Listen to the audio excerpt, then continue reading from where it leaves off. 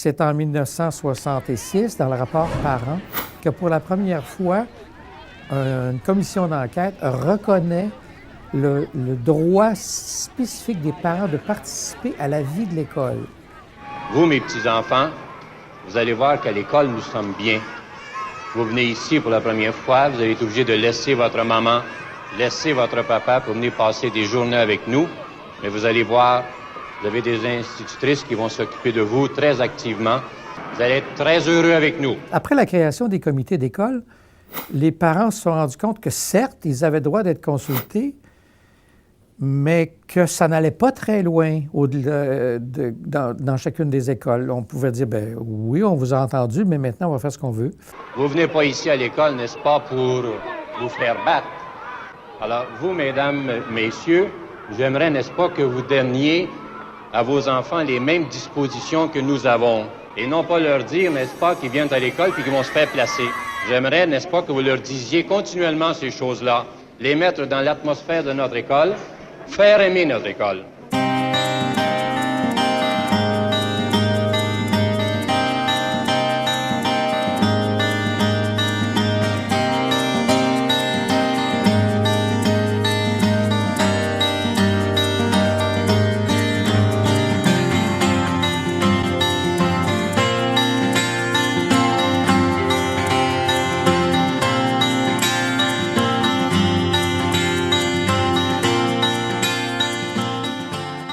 Les gens arrivent dans l'école, ils sont un peu désemparés face à l'école, face au directeur qui connaît tout, puis les enseignants également. Les premiers comités de parents, les parents qui avaient des problèmes avec l'école venaient là pour faire valoir leur point de vue. C'est pas vrai que je vais me faire gérer par tout ce qui s'entoure de l'école. Tu es géré par l'horaire, tu es géré par les devoirs et les leçons. Que tu aimes ou tu aies une bonne relation ou pas avec le professeur, ça ne te regarde plus. Tu dois te retenir et tu dois jamais dire... Alors, on a senti qu'il y avait un besoin d'information, de formation au niveau des parents comme tel dès le départ. On voulait aussi influencer les politiques qui gèrent l'éducation. La grande tournée du Québec en 78-79 m'a fait rencontrer des centaines de parents et d'éducateurs. Des centaines, si ce n'est des milliers. Je me souviens de réunions à Québec notamment, au Saguenay-Lac-Saint-Jean, en Gaspésie, dans l'Outaouais. Il suffisait de convoquer et de faire savoir aux parents qu'on allait les consulter. Ils venaient par centaines, littéralement. Tout n'allait pas pour le mieux dans le meilleur des mondes. Ils avaient des gros problèmes de communication, de formation. Il y avait déjà pas mal d'écoles au Québec. Heureusement qu'il y avait cette fédération. Le ministère aussi cherchait des interlocuteurs auprès des parents. Il ne pouvait pas parler à chacun des comités d'école et à chacun des comités de parents. Et avec nous aussi le professeur Jean-Pierre Proulx. Bonsoir. Bonsoir, madame. Monsieur Proulx, vous avez... En d'autres termes, la gestion de l'État de l'éducation nécessitait aussi une gestion de tous les partenaires qui se donneraient des porte-paroles. Et la Fédération des comités de parents est intervenue là-dedans, notamment à cause du besoin de participation collective.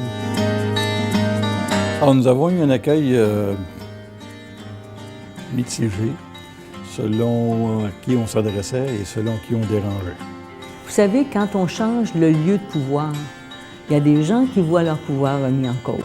Il va falloir que certaines directions d'école acceptent qu'on ait plus d'implication au niveau parental, même si à quelquefois ça peut être dérangeant. Mais comme je vous disais tout à l'heure, déranger en soi, c'est évoluer. Chez les enseignants professionnels aussi, d'ailleurs, le personnel de l'éducation. L'école, c'est leur milieu. Les enfants leur appartiennent pendant une bonne partie de la journée. Madame Gagné, vous devez comprendre. Si j'ai enlevé la chaise à Noémie, c'est qu'elle dérangeait tout le monde. Je l'ai avertie plusieurs fois, mais elle écoute pas. Et je peux vous référer à un spécialiste si vous voulez. Non, je suis là, moi, je m'en occupe. Il y a toujours eu des parents plus sensibles que d'autres. Et heureuses sont les écoles qui ont des parents avec cette sensibilité-là, qui sont soucieux de la réussite de leurs enfants, qui ont des idées sur le milieu et sur l'école. Tous les milieux ne sont pas semblables. C'est autant de petits milieux dont on peut espérer qu'ils vont se donner un projet éducatif conforme à leurs besoins. On s'est impliqué à se faire reconnaître après ça par les différents organismes politiques auprès du ministère de l'Éducation et aussi les employés du ministère, parce que entre le politique puis l'administratif, c'est deux choses. C'est deux langages différents, puis c'est pas toujours sur la même longueur d'onde. Surtout qu'à l'époque, dans les premières années, on a changé de 6 ministres d'Éducation dans l'espace de 2 ans.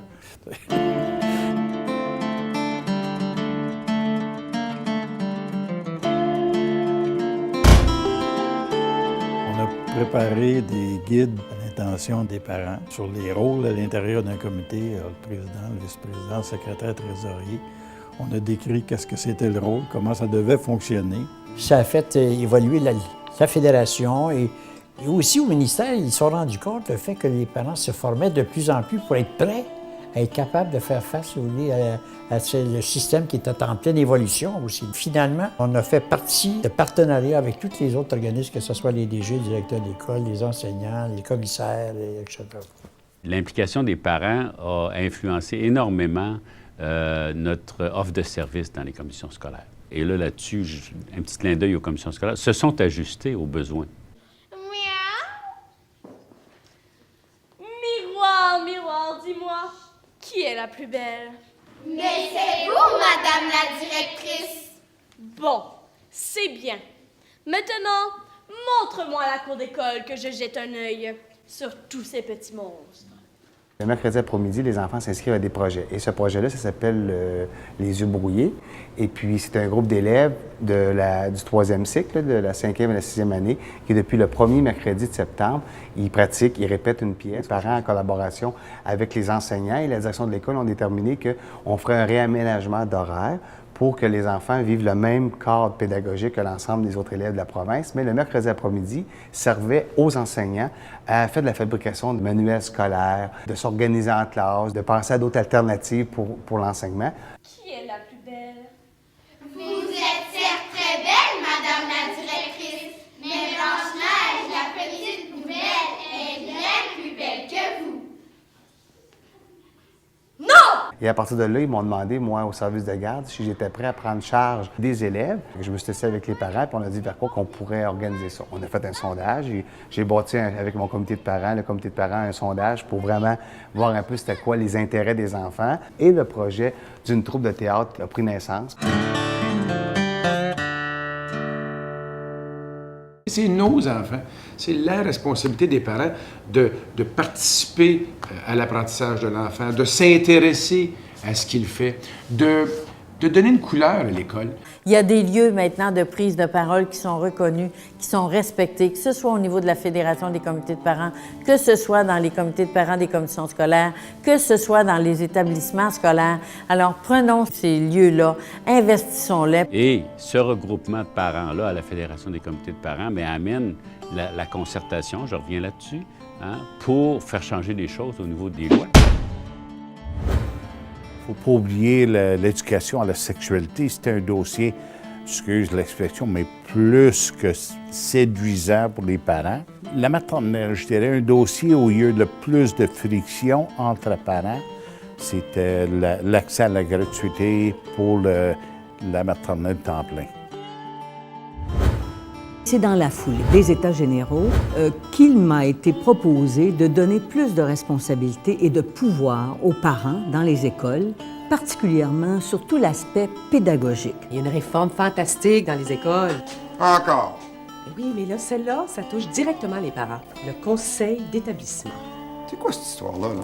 J'ai beaucoup travaillé dans le cadre de cette réforme avec la Fédération des comités de parents. J'ai entendu leur point de vue et ils ont été, je peux vous dire, les comités de parents, des alliés très précieux dans les changements que je proposais. Parce qu'ils avaient comme intérêt essentiellement la réussite des enfants.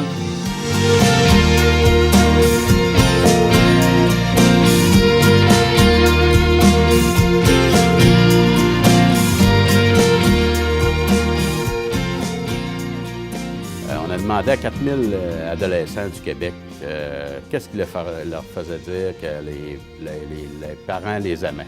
La première réponse pour 4000 jeunes ados, c'est qu'ils s'intéressent à mon cheminement scolaire. Et ça, c'est très significatif.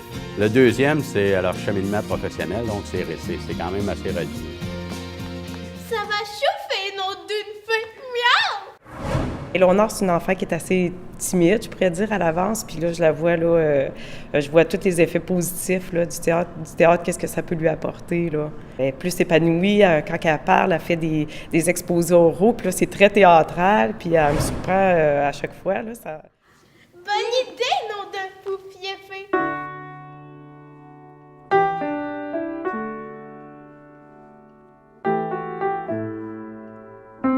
Quand les parents s'impliquent dans l'école, le message que ça envoie aux élèves, là, c'est que l'école, c'est important. Jamais baisser les bras, toujours se ressourcer. On ne pourrait jamais croire qu'on ne sortira pas grandi d'une telle expérience. Si dans les 2400 écoles du Québec, à chaque année, on améliore une chose, c'est 2400 améliorations qu'on apporte à chaque année.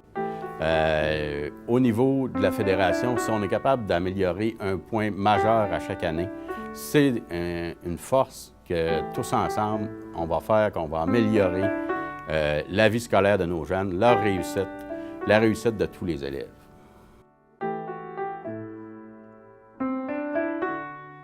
Moi, j'observe depuis longtemps une dérive dans le système éducatif du Québec. On parle d'un service de santé à 2 vitesses. Je pense que dans l'école québécoise, on n'est pas loin de ça, sinon qu'on y est déjà. Donc, assurer de travailler d'arrache-pied à faire que l'école québécoise soit l'école de tous. Quelle est la priorité qu'accorde la Fédération des comités de parents, par exemple, aux parents en milieu défavorisé? Est-ce que la Fédération des comités de parents est consciente de ça et cherche dans son mandat à aider les parents les moins nantis pour qu'ils puissent tirer sur le système pour augmenter la qualité de l'éducation et la réussite éducative de leurs enfants? Moi, si j'ai un message à lancer aux parents, c'est peut-être celui-là le plus important. Les parents sont les porteurs de ce qu'on peut faire de mieux avec et pour nos enfants et ils doivent être capables de faire entendre leur voix. Et les ministres de l'Éducation, les gouvernements ont besoin de la voix des parents.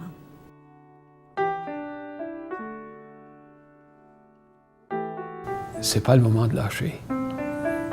Au contraire, il faut miser sur les 35 ans d'expérience. Il a fallu plusieurs générations de parents et il a fallu souvent réapprendre. Mais c'est là que la Fédération a été utile, parce qu'elle anime, parce qu'elle forme aussi. Il faut voir tous les instruments qu'elle met à la disposition des parents qui veulent s'impliquer. Tout ça, c'est extrêmement utile et je suis optimiste justement dans la mesure où les parents s'impliquent. C'est eux qui peuvent faire le plus la différence. La ministre de l'Éducation ne peut pas faire ça tout seul. Le ministère non plus. Les commissions scolaires non plus. Les parents non plus. Les syndicats non plus. Il n'y a personne qui peut, d'une façon autonome, réussir la mission de l'éducation au Québec. Il faut que ça soit fait en partenariat.